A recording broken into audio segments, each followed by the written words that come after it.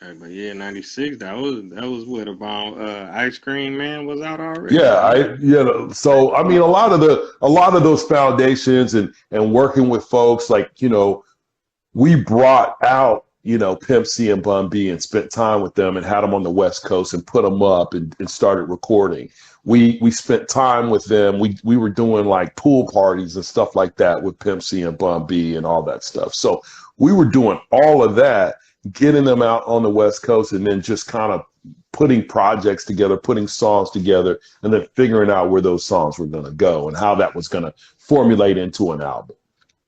Wow, man, I'm glad you brought them up. Rest in peace to Pimp, man. What was it Yeah. like connecting with Pimp? Did you get a chance to I spent a interact lot with of him? time with them. I was like, I talked to them about managing them, and we kind of like we were talking about doing it, and it just never happened because you know Pimp was very comfortable with his mother managing him because he trusted her. A big piece of the industry itself has to do with trust. And it's hard to know who to trust and who not to trust because there's so many different things. So you think about being a professional artist or having a label. Like if you were in a professional basketball or football or baseball, there's always a union for the artist, right? Or union, or union for the athlete, but there's no union for artists, right? There's nobody fighting for artists or fighting for smaller labels or any of that kind of stuff. So I think the biggest thing, so we talked about doing a deal where I'd manage them, but it didn't come to fruition because Pimp C felt very comfortable with his mom kind of managing his affairs, and she managed his affairs until unfortunately he passed away. So, but yeah, I spent a lot of time with those guys. We hung out like when we were doing the Down South Hustlers and working on the Ice Cream Man and doing all that stuff. We pretty much like spent every day together, every single day. So, during the day, sometimes in the evening, sometimes not, just depends. Every single day we spent together like hours at a time. I mean, sometimes we were together 12, 15, 16, 18. It just depends. Like we were together hours at a time. So I always had a lot of love for UGK. I remember when they started out and the time that they were doing and the records that they were doing. And, I had nothing but love for both of those guys. I'm sad when Pimp C left us, man. That was unfortunate. I love Bun B, and I just love being a part of us putting those projects together and spending so much time together with those guys. Oh yeah, no doubt. Shout out to Bun and Pimp for sure. Yeah, Rest in peace, man. The great, absolutely. most definitely. Because they was on a couple No Limit projects. They was on C Murder album, Yep. Fiend album, Ice Cream Man, Down South Hustlers, Ghetto I Dope. So mean, they, I you mean, know, the Down South Hustlers set the foundation, right?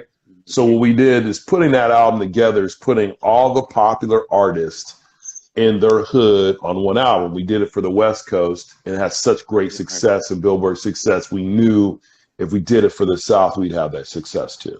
And it was big. And the album went gold and it did incredible. And that's the deal, right? So when you think about putting a project together like the Down South Hustlers, making it a double album because nobody was doing anything like that, and calling it the value pack, right? So basically what we did, we took the double CD, we only increased the dollar amount by the cost, what it would cost us to do the additional CD, right? So to do the additional CD there were some costs. So we said, hey, we want to make sure people get their money's worth. So the whole right, concept of the value pack was how do we sell more albums? We make it affordable and people get more bang for their buck.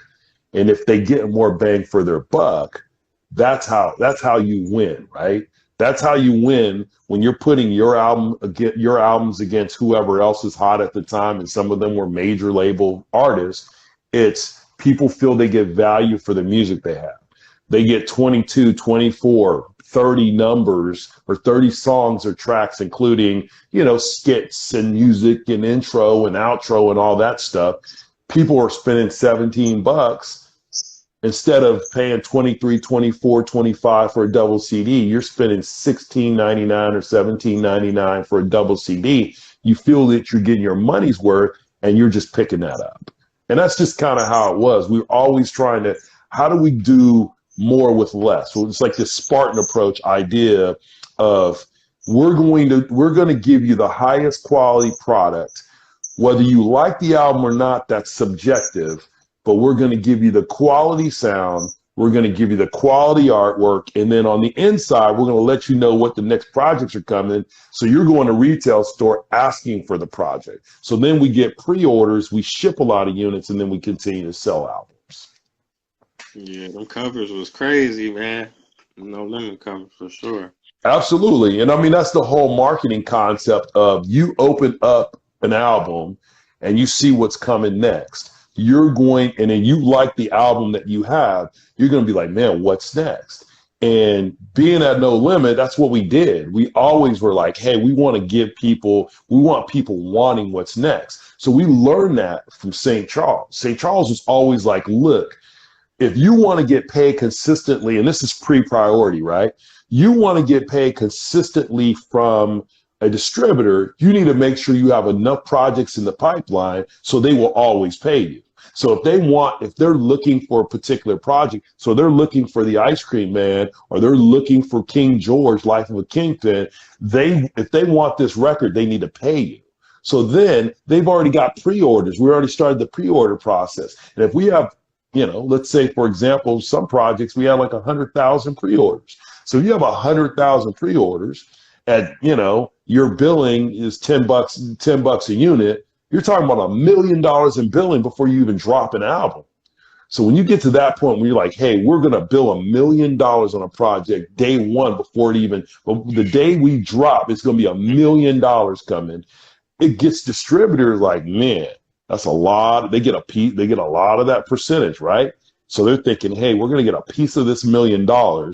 Plus, we got a project that's already selling, and there's several other projects that are on the way, ready to go, or almost getting ready to go, because we've already pumped them so much. Then they're like, okay, I got to be a part of this project. Okay, we'll definitely pay you to make sure we can get the next album.